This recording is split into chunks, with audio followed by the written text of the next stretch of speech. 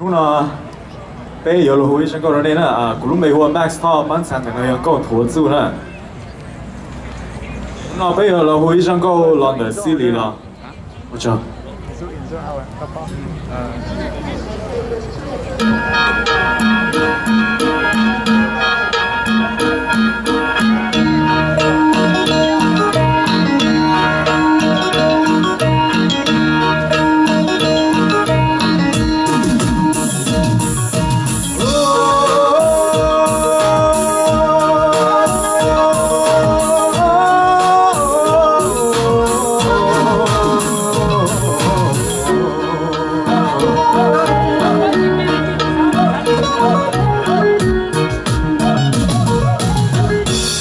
nhớ trong ngày lạnh mùa lúc nào cũng đã chi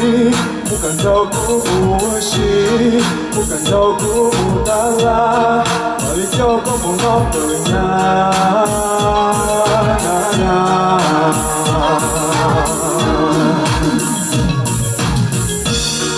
đủ em ngày lạnh dài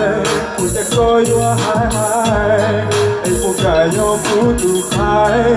qua cú tiền từ bên nhau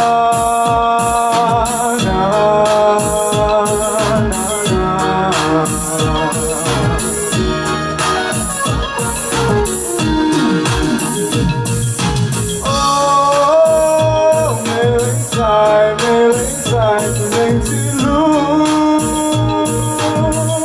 để luôn chỉ lúc ta mộng na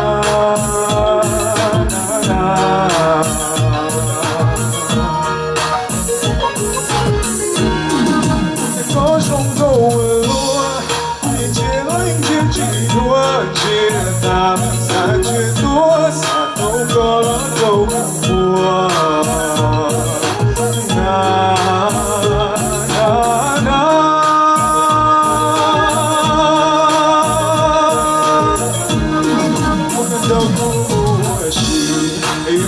hai đôi lúa gì,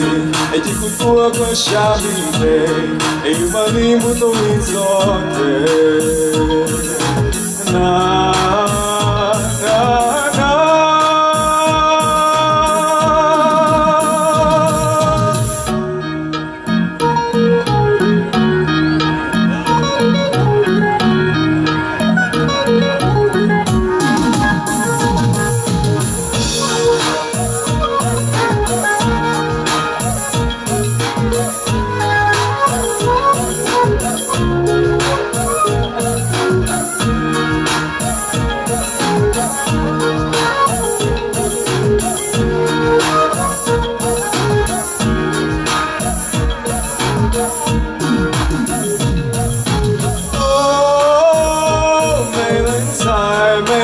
dài cùng anh chỉ lúc để luôn chỉ lúc ta màu na na na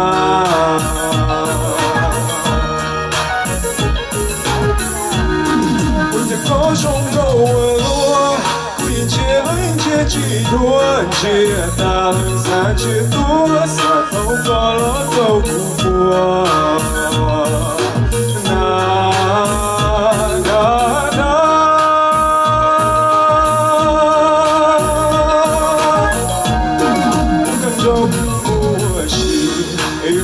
hai đôi lúa gì, anh chỉ cút tua có xa đi về, anh mà đi muốn tôi gió về, na na na.